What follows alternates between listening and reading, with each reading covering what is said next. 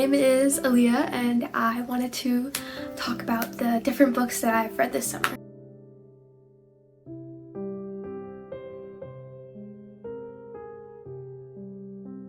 So, something I've been trying to get into more recently is reading again. I haven't really enjoyed reading too much for several years, and I thought that this summer would be a really good time for me to get back into reading books. So this summer I set out a goal to just simply read books. It didn't matter what type of books they were. I didn't have a goal number for how many books I wanted to read. I just decided that I wanted to read books. And so I thought that I would share with you just the different books that I've read, the books that I didn't end up finishing, and some of the books that I want to read before the summer's over. So for the first time, I've read lots of nonfiction books, but I've also read a few fiction books that I've found that I've really enjoyed. So one of the more recent books I've read this summer is American Cozy, Hygge-Inspired Ways to Create Comfort and Happiness by Stephanie Peterson. So this book was very much a step-by-step kind of book. It's got very beautiful illustrations, as I'm sure you can tell from the cover. It's quite a beautiful book. It's got gorgeous illustrations and chapter headers and different things. It's a very step-by-step book, and I think it's very helpful if you just want literal things that you can do to be cozy or try and have a more cozy lifestyle. I think it's very wonderful in that aspect, but I don't think from the other Danish centered books that I've read this summer that it is necessarily the best book, but I feel like it was very much a combination of like organization and parenting and just spending your time in a very Danish or Hygge way. So I don't think it's a bad book. However, I do wish I had just checked it out from the library and didn't actually own it, even though it's very pretty. I do want to read this book again and see how my opinion changes.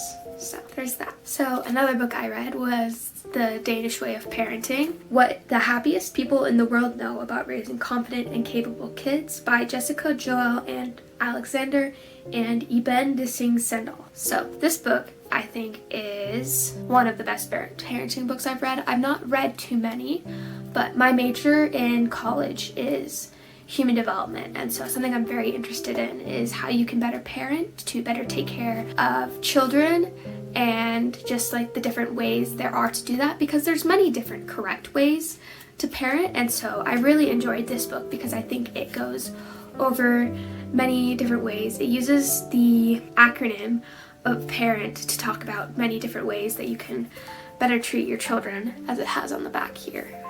So it's play, authenticity, reframing, empathy, no ultimatums, and togetherness in Hygge. It's really hard because the way it's spelled, I want to say Hygge, but it's Hygge. So I think that it's a wonderful book. It talks about lots of things that have been like proven by studies to be helpful, but also logically makes sense in terms of raising kids to just be very calm and kind and confident through a lot of just like parenting with lots of love. So I thought that this was a wonderful book that is good not only if you are like a parent or if you're just interested in learning about parenting or how to better understand children, because something else I think is just approaching it with lots of like curiosity and kindness, which I feel like can be really lacking towards the way that we treat children in today's world. So there's that book as well. So another book I read this summer is The Gentle Art of Swedish Death Cleaning, How to Free Yourself and Your Family from a Lifetime of Clutter by Margareta Magnusson. So this book is written by an old lady, and it talks about the cleaning that you do before you die. And something I really enjoy doing is organizing. I really enjoy organizing and not necessarily cleaning, but I enjoy having a clean space and a space that I can live comfortably. So it's not too spick and span, but it's some place that doesn't have dust and some place that feels nice and cozy. And so that's why a lot of the books I've focused on this summer have not only been cleaning books or like organizational books, but also books more focused on being cozy and being kind to yourself and others around you.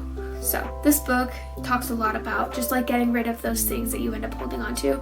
So although it wasn't very relevant towards myself because I'm not end of life, I don't really know a whole lot of people that are end of life that I would be helping necessarily. I did recently help an older lady pack up her house to move, and she just had lots and lots of stuff that she had never gone through, and it was all getting packed up and moved to another house to go through there. And so I think something very important that I got from this book is just the importance of just it's not just for you at that age, but it's for the people around you. So not only do you get to live and enjoy your space without holding on to all these things, but eventually when you do pass away, then the people around you aren't having to go through all of your stuff as well. So I thought that was a very nice read. Not only if it is relevant, but also if it is irrelevant, it was still very nicely written. So this next book has got to be my favorite decluttering book that I've read this summer, and it's called Making Space Clutter-Free: The Last Book on Decluttering You'll Ever Need by Tracy McCubbin. So I thought this book was incredible. It talks about seven different most common reasons for having clutter in your house, and it gives lots of story examples, so it's very clear and easy to understand what these are. But then on top of that, it also gives you ways that you can recognize it within your own house. So if you're thinking, this might be me, then you can read these examples and go, oh, that's definitely me, or oh, that's not actually what I'm struggling with. And then on top of that, it also gives different ways that you can go through and take care of it. And I thought that it was a really wonderful book on decluttering. It kind of combines just classic cleaning methods and then but also just taking care of yourself and detaching yourself from these different things and understanding the different reasons that you might be holding on to things. So I think this is very helpful, even if you own a whole house or you're cleaning out a house that you're going to be moving into from a loved one, or if you just have a single bedroom, or if you're living in a shared apartment. I think this is a very helpful book to read if you have any desire to be cleaning out the space that you're living in. So there's that. So another book I read was Meet Claudie, an American Girl by Britt Bennett. So I don't think I've ever read any books by Britt Bennett, to be honest, but that may not be true. So this book, I've always grown up loving American Girl dolls.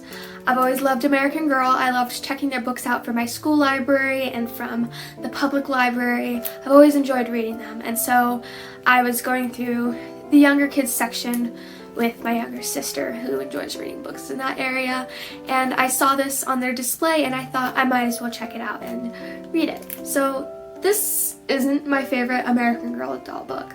My favorites would have to be Kit's series, Kirsten's series, and Kaya's series. Kaya's series has got to be my favorite. But this one, it kind of annoyed me a little because it's very much a series. It's not like a series of short stories, and so it didn't end off as I was hoping it would, which I don't like because these are the ones that they include with your doll when you get them, and so then it encourages you to go purchase or find their books in the library instead of just being able to read it, be one and done. However, I do think it's a very good story, especially for the age range that it's at. I think it was very cute and wholesome. So I would recommend reading this if you want something light and intended for children. So another book I read is Now Is Your Time by Russell M. Nelson. So this is a book that's a message to the rising generation. I was gifted this book before I went to college, and this is me finally reading it. Ha ha ha. But I think it's a very good book. This is a religious book. I am a member of the Church of Jesus Christ of Latter-day Saints, and so this is a book by our current prophet.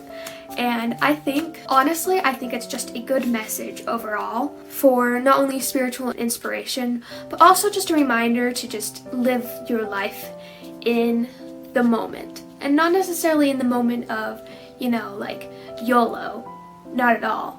But more of if you're going to do something, you should do it now, because if you keep putting it off, when is it going to happen? And so it kind of talks about that, of just if you're going to be serving someone, you should do it now. If you're going to be, working on these different things, if you want to improve yourself, then it's best to start focusing on that now, and then not only that, but doing it in a good balance of things within your life. I think that's very important as well. Let me see. I think it's also filled with many good messages. For example, this one is the way you think about who you really are affects almost every decision you will ever make. And so part of that is, of course, looking at it from a spiritual perspective, but can also be taken from whatever perspective that you choose to take it, of just just how you think about yourself is quite important, and it's up to you to who you think that you are, and that is really just the basis of how you end up spending your time. And so for me, if my main identity is I'm a child of God, then it's how can I become more like God in the ways that I'm acting. So yes, I thought this was a lovely, nice short book to read. So this is another book I finished. This is the second book from the iconic Marie Kondo. This is Spark Joy, an illustrated masterclass on the art of organizing and tidying up. So I didn't particularly enjoy this book, although I did finish it. The first thing that irks me is the fact that it says an illustrated guide. However, as you're flipping through, there's not many illustrations. I would not call this an illustrated guide. I would call it a book that happens to have a few nice drawings in it, you know. And I think that the KonMari method, although it has many good aspects to it, I think overall it's too much to be able to live like a proper, fulfilling life that you can enjoy. I'm not quite sure how to put it about what like gets me off about it, because I like the organizational aspects, but it's too strict. I think that not holding on to stuff is important, but I think that many of the things that are said in it are too strict. I also found some of those aspects a bit relatable to American Cozy, as well as some of the things in there are like no throw pillows or no gray walls. And if you can see my wall behind me, my wall is gray, which can be very nice. It's not the coziest. I would like to repaint, but I don't barely live here, so I will not be repainting. But I just thought it was interesting, the amount of like strictness and rules that were in there, and I didn't find it the most enjoyable. So the final book I finished reading is To All the Boys I've Loved Before by Jenny Han. This is one of the very first romance books I've ever read, and I absolutely loved it. I watched the movie a bit with my roommates last semester, and I thought it was a really good movie, and so I wanted to read the book, and I think that the book is even more enjoyable than the movie. So there's just lots of enjoyable aspects to this book. I thought that the extra storylines were like incredibly wonderful, and I thought that the new perspective on the love interest really helped make a lot more sense to the book. I thought it was really wonderful, and so I thoroughly enjoyed this book, and I think if you haven't read it yet, I would highly recommend to actually read it. The first book I did not end up finishing this summer is The Body Keeps Score, Brain, Mind, and Body in the Healing of Trauma by Bessel van der, who is a doctor. I did not particularly enjoy this book. Firstly, it was really difficult to try and get through. It's written much more like a textbook. It's very dense. All the pages are full to the brim with information.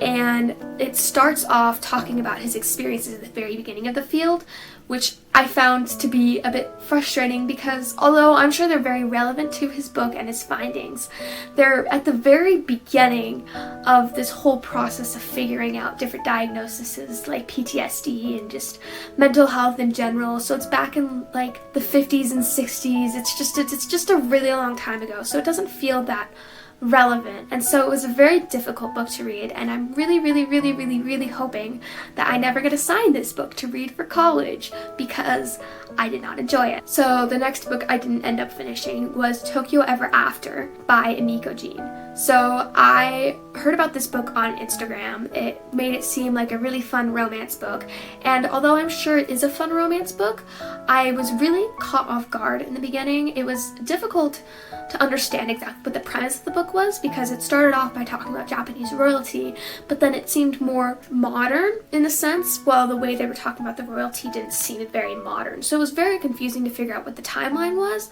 but the main thing that really turned me away from the book was the mentioning of Twilight and just a bunch of other, she's my this to the this and my blank to the blank, and it was too cliche for me to enjoy, and so I ended up just setting the book down and not picking it up again. Another book I didn't finish is Midnight in Chernobyl, The Untold Story of the World's Greatest Nuclear Disaster by Adam Higginbotham. So this book, I thought it would be more of a storytelling book. That's kind of what I got when I picked up the book at the library, but it ended up not being like that at all. It was more of it wasn't a historical retelling, but rather a blow-by-blow, quite slow-running episode telling all the details of the disaster, and that wasn't really what I was looking to get out of that book, and so I didn't end up finishing it. So another book I didn't end up finishing was The Montessori Baby. Apparently Parent's Guide to Nurturing Your Baby with Love, Respect, and Understanding by Simone Davies and Jennifer Dyke. I don't think I pronounced that name right, but we will see. So the reason I picked up this book was because I really enjoyed the first book that was written by Simone Davies, which is The Montessori Toddler. I think this is another wonderful parenting book. It's not even just Montessori, although everything in it is based off Montessori, and I think it's a wonderful book, and I would highly recommend reading this. It's got lots of wonderful things that you can incorporate into your parenting practices or even just understanding children. I think it's a beautiful book. But I don't honestly remember why I put the Montessori baby down because it's been so long. But I just didn't enjoy the book. First of all, the baby on the cover, in my opinion, is a little bit creepy. But that wasn't the reason. It was just not enjoyable, especially approaching the first book. And not only that, but at the very beginning, there were some things that I felt very strongly against, which I know is not a good reason necessarily to put down a book, but I did it anyways. So another book I didn't finish reading this summer is More Than a Body, Your Body is an Instrument, Not an Ornament by Lindsay Kite and Lexi Kite. So I think this is a very good book. I've heard lots of good things about it from my professors and just from other people on social media and such, but I ended up not finishing the book or getting through much of it because I thankfully and also slightly unfortunately did not find the book very relatable. I feel very blessed not to have had those sorts of body issues because I know that they're incredibly prevalent and I know lots of people who have struggled with them, but because I haven't had those experiences, it just wasn't a book worth reading for me. So I didn't end up finishing that book. So another book I didn't end up finishing was Peaceful Parent, Happy Kids, How to Stop Yelling and Start Connecting by Dr. Laura Markham. So I don't remember much about this book because this was also another book I picked up at the beginning of the semester. But from what I remember, a lot of it was the formatting and also just the overall information in the book was a lot of repetitive information that I've already had. And so it wasn't really worth it to me. And something else I think is funny is that this book is something that I've seen every single time I've gone back to the library since then. It's still been sitting there on the shelf. So the final book I didn't finish this summer was another religious book. It's the first volume of Saints, The Standard of Truth. I didn't end up finishing this because I took a class on the restoration, which is what the Saints book is talking about. The restoration of the gospel and just beginning and the start of the church. And it talks about a lot of those different things, which is what turns out that first book of Saints covers. And so I didn't end up finishing it because it was a lot of repetitive information, and instead of being in a more informational way that I was expecting it to be in the book, it was more told from a third person story perspective, which I didn't particularly enjoy for that type of book. Okay, so I hope you enjoyed that video of me talking about the books that I read and the books that I didn't end up finishing this summer. I have a few books that I'm excited to read the rest of this summer. I have the 2 sequels to Jenny Han's To All the Boys That I've Loved Before, and I'm really excited to read them. And then I also have this artist painting techniques because painting is something that I've really gotten into in the past few months and over the past year as well. And so I'm really excited to learn more about that. So I hope you enjoyed. I hope you found some books that you maybe would be interested in. And if you have any recommendations for me, I'd love to hear them in the comments. And yeah, I hope that you enjoyed, and I will see you later.